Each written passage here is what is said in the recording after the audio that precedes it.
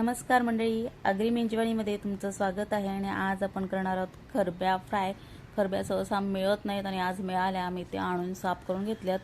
तर साफ करून स्वच्छ धुवून घेतल्यानंतर 1 चमचा हळद घातली आहे आणि चवीपुरतं मीठ, हे दोनच घटक घालून आज आपण खरब्या फ्राय करून घेणार आहोत. आता मस्तपैकी हळद आणि मीठ चोळून खरब्यांना लावून घेऊया आणि खरब्या 15 ते 20 मिनिटांसाठी मॅरिनेशनसाठी ठेवूया.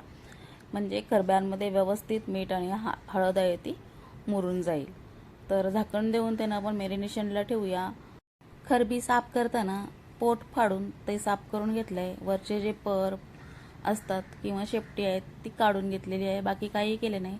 15 ते 20 मिनिटं झालेली आहे. झाकण काढून बघूया. मस्त मॅरिनेट झालेले आहेत. आता आपण गॅसवर तवा ठेवूया. तवा ठेवल्यानंतर तव्यामध्ये तेल घालून घेऊया. थोडंसं तेल जास्तीचं घालायचं, कारण आपल्याला मस्त क्रिस्पी अशा खरब्या फ्राय करायच्या आहेत. तर तेल घालून झालेलं आहे. मी अंदाजे घातले, साधारणतः 1-1.5 चमचा होईल. तर आता तेल घातल्यानंतर तवा व्यवस्थित तापवून घ्यायचा आहे.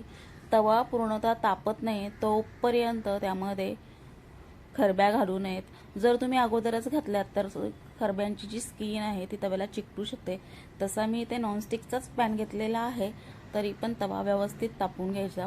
पुन्हा एकदा खरब्या अशा व्यवस्थित मी मिक्स करून घेते आणि खरब्या तव्यामध्ये घालून घेऊया. खरबी हा मासा खूप चविष्ट आहे आणि पचायला खूप हलका असतो. तो लहान मुलांपासून मोठ्यांना पचायला खूप हलका आहे. आजारी पेशंट असेल तर त्याला सुद्धा हा खायला देतात. तसेच घरात एखादी बाळंतीण असेल तर बाळंतिणीला खरबीचं मिरवणी करून देतात. तर असा हा खरबी मासा पचायला हलका असणारा तुम्ही एकदा तरी मार्केटमधून आणा आणि खाऊन बघा आणि नक्कीच कमेंट करून सांगा. तवा तापलेला आहे, त्यामध्ये मी खरब्या सोडायला सुरुवात केलेली आहे. खरबी तव्यामध्ये सोडली की असा चर आवाज आला पाहिजे. तर आता खरब्या सर्व मी फ्राय करायला घालणार आहे आणि तुम्ही बघू शकताय खूप छान पद्धतीने तेल तापलेलं आहे. तर असं तेल तापायला हवं. आता सर्व खरब्या तव्यामध्ये घालून घेऊया आणि ह्या खरब्या आपल्याला 4 ते 5 मिनिटं खालच्या बाजूने फ्राय करून घ्यायच्या आहेत. फ्राय करत असताना तवा मीडियम आचेवर ठेवायचा. जर तुमच्या तव्याची आच मीडियम आचेवर देखील जास्त असेल तर नक्कीच तो कमी करून घ्यायचा. तर एकीकडे मी ह्या ज्या खरब्या आहेत त्या हळदीमध्ये फ्राय करायला ठेवल्यात आणि आमच्या घरात थोड्याशा मसाल्याच्या देखील आवडतात, त्यासुद्धा मी बाजूला फ्राय करायला ठेवलं आहे.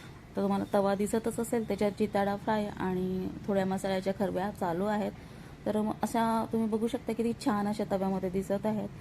अशा सुंदर खरब्या कधी एकदाच्या आपल्या पोटात जातात असं वाटतं, कारण त्या खूप चवीला छान असतात आणि खूप हळदीवरच्या तर खूपच छान लागतात.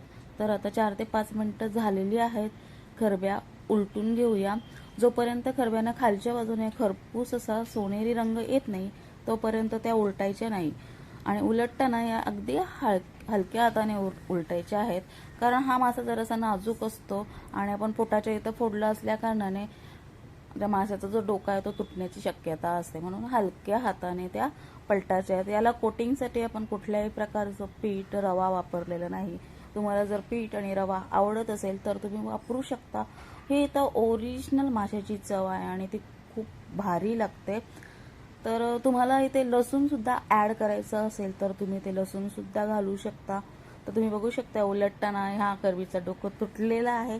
म्हणून मी म्हणते खरब्या उलटताना खूपच काळजीपूर्वक उलटायच्या आहेत.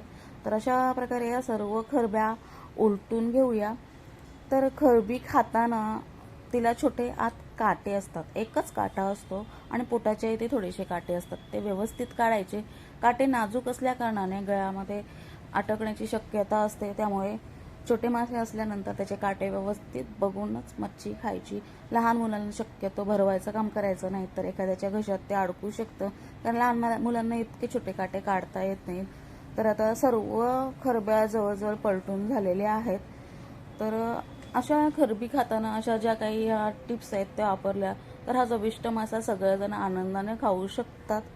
तर पण आता काय झालंय, ग्लोबलायझेशन झालंय, त्यामुळे खरबी मासा सहसा मार्केटमध्ये मिळत नाही.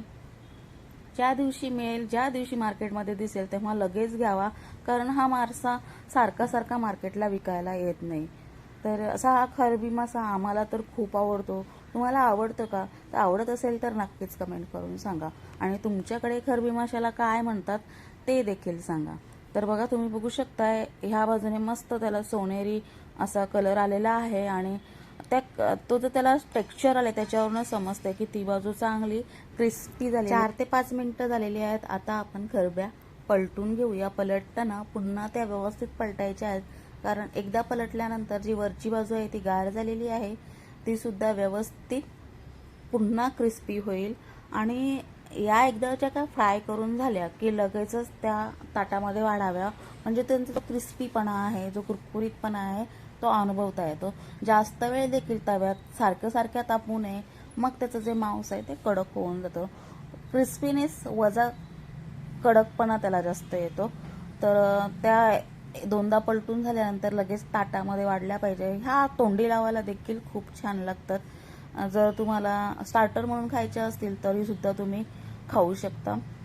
तर आता ह्या मी पलटून घेतलेल्या आहेत, त्यांना मस्त दोन्ही बाजूने गोल्डन ब्राऊन कलर आलेला आहे, म्हणजे त्या मस्त गुलाबी रंगावर खमंग अशा तळून झालेल्या आहेत. आणि ज्या साईडला आहेत त्या थोड्याशा क्रिस्पी नाही झाल्यात, त्यांना मी अशा मिडलला घेते.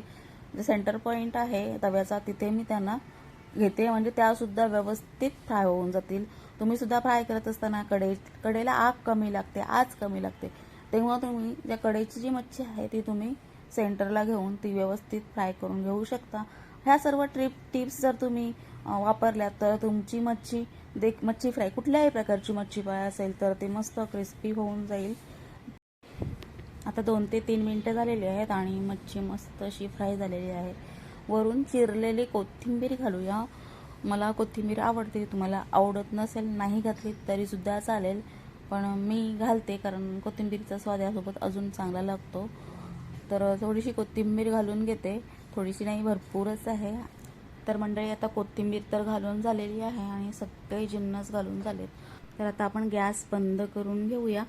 गॅस बंद करून झाल्यानंतर यांना मस्तपैकी तुम्ही लगेचच्या लगेच सर्व केल्यात तर ह्या एक उत्तम प्रकारचा हा एक स्टार्टर आहे आणि खूप छान लागतो. जर तुम्ही ह्या भाकरीसोबत खाल्ल्यात तर खूपच भारी लागतात. भाकरी नसेल तुमच्याकडे तर तुम्ही भातासोबत देखील खाऊ शकतात. तर अशा प्रकारे खरबी फ्राय तयार झालेले आहेत. तुम्हाला रेसिपी आवडली असल्यास नक्कीच कमेंट करा, लाईक शेअर करायला विसरू नका आणि अजूनही चॅनल सबस्क्राईब केलं नसेल तर सबस्क्राईब करायला देखील विसरू नका. धन्यवाद.